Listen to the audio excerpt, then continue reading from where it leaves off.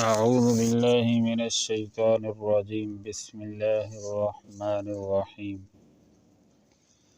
افغیر اللہ ابتغی حکما وهو الذی انزل الیکم الکتاب مفصلا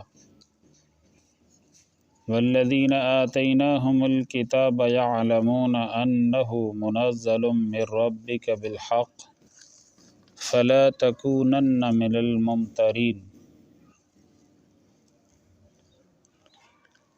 کیا میں اللہ کے علاوہ کسی اور کو حکم تلاش کروں، حالانکہ اس اللہ نے آپ کی طرف واضح کتاب کو نازل فرمایا، اور جن لوگوں کو ہم نے اس سے پہلے کتاب دی ہے وہ جانتے ہیں اس بات کو کہ یہ آپ کے رب کی طرف سے نازل کی ہوئی کتاب ہے حق کے ساتھ، لہذا اے نبی جی آپ ہرگز شک کرنے والوں میں نہ ہوں۔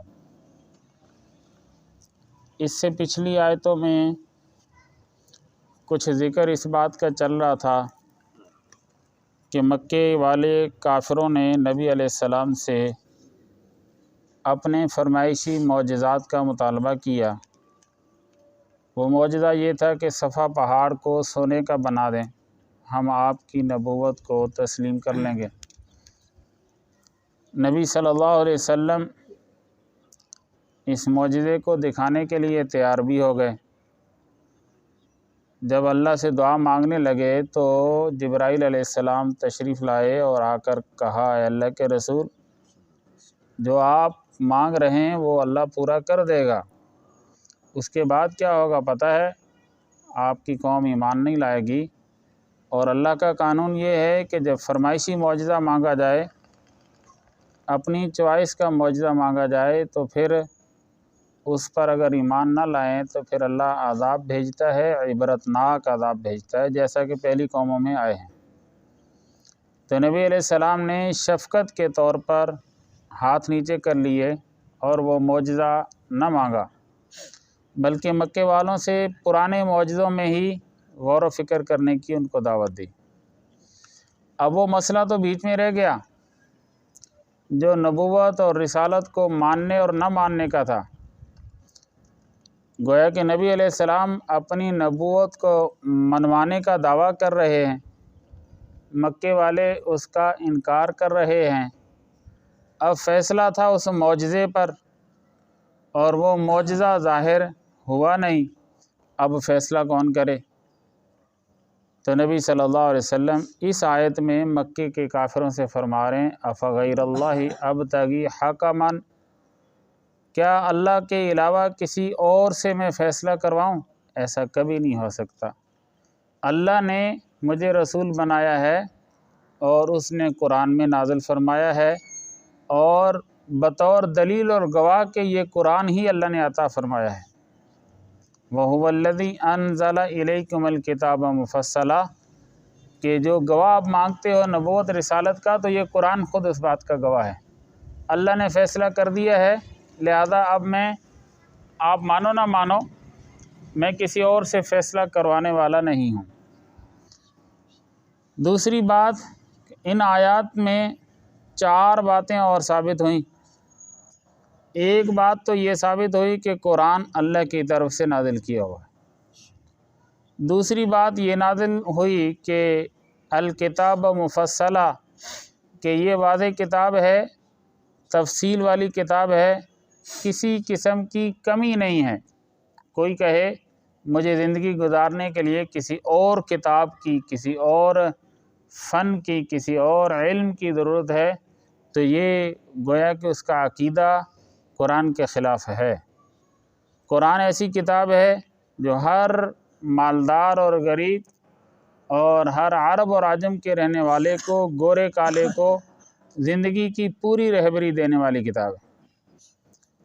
اور تیسری بات یہ کہ منزل من ربک بالحق، کہ یہ حق والی کتاب ہے، اس میں کوئی شک اور کوئی غلط اور دھوکہ اور باطل چیز کوئی نہیں ہے۔ اور چوتھی بات یہ سمجھ میں آتی ہے کہ جو مکے کے لوگ یا جو یہودی نصرانی نبی علیہ السلام سے معجزات مانگنے والے تھے، انہوں نے پہلے اپنی کتابوں میں یہ بات پڑھ لی تھی کہ آخری نبی ہے اور یہ آخری کتاب ہے، لیکن ضد کی وجہ سے، یعنی ان کے علم میں یہ بات تھی۔ ایک ہوتا ہے علم، ایک ہوتا ہے عمل۔ علم نہیں چھڑائے گا، عمل چھڑائے گا۔ عام طور پر آدمی اس بات پر خوش ہوتا ہے کہ یہ بندہ بڑی جنرل نالج رکھتا ہے، یہ جنرل نالج جہنم سے نہیں بچا سکے گی۔ جنرل میں بھی جیم آتا ہے، جہنم میں بھی جیم آتا ہے، دونوں آپس میں بہن بھائی لگتے ہیں۔ اگر عمل سے خالی ہوا تو یہ نالج اس کو جہنم میں لے جائے گی۔ عمل سے اگر خالی ہوئی نالج، تو مکے کے وہ لوگ جو معجزہ مانگتے تھے کہ پھر ہم ایمان لائیں گے، ان کے پاس یہ نالج تھی کہ یہ قرآن آخری کتاب ہے، حق کتاب ہے، یہ نبی آخری نبی ہے، حق نبی ہے، لیکن ضد کی وجہ سے عمل اس کے بعد کے خلاف تھا۔ تو اللہ ہمیں بھی عمل والا بنائے۔ معلومات اکٹھی کرنے کے پیچھے لوگ ہوتے ہیں، ہمیں نالج مل جائے، لیکن جو ہے وہ عمل نہیں کرتے۔ بار بار حدیث بھی سنتے ہیں کہ آدمی کے قدم زمین نہیں چھوڑے گی جب تک اس سوال کا جواب نہ ملے، کیا؟ جو تیرے پاس علم تھا اس پر تیرا عمل کتنا تھا؟ ہم میں سے ہر بندہ جانتا ہے 5 وقت کی نماز فرض ہے، فجر کی نماز بھی فرض ہے۔ ہم میں سے ہر ایک کو پتہ ہے کہ روزے فرض ہیں۔ ہم میں سے ہر ایک کو پتہ ہے کہ مالدار پر زکوٰۃ ہے، مالدار پر حج ہے۔ اس بات کا علم ہم میں سے ہر ایک کو ہے، اور اللہ یہ سوال کرے گا جو تجھے علم تھا، یہ نہیں کہ جو تمہاری مسجد کے امام کو علم تھا، تمہارے فلانے علامہ کو علم تھا، تیرے پاس جو نالج تھی اس پر کیا عمل تھا، بس۔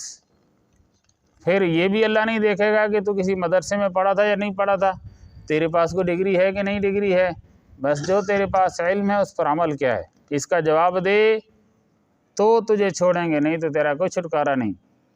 ابھی تو صرف پاؤں زمین نے پکڑے ہیں، اس کے بعد یہ زمین جو ہے، یہ جو ابھی پاؤں پکڑے ہیں، پھر پورا کا پورا پکڑا جائے گا، جہنم میں چلا جائے گا۔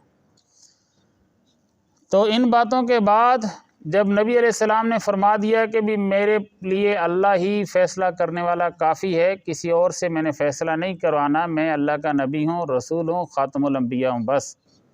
تو اللہ نے آگے فرما دیا فَلَا تَكُونَنَّ مِنَ الْمُمْتَرِينَ، اے نبی شک کرنے والوں میں نہ بننا آپ۔ اب سوال یہ ہے کہ نبی نے تو اس کتاب پر کبھی شک کیا ہی نہیں، اور نہ نبی شک کرنے والا تھا کہ آئندہ مستقبل میں شک میں چلا جائے۔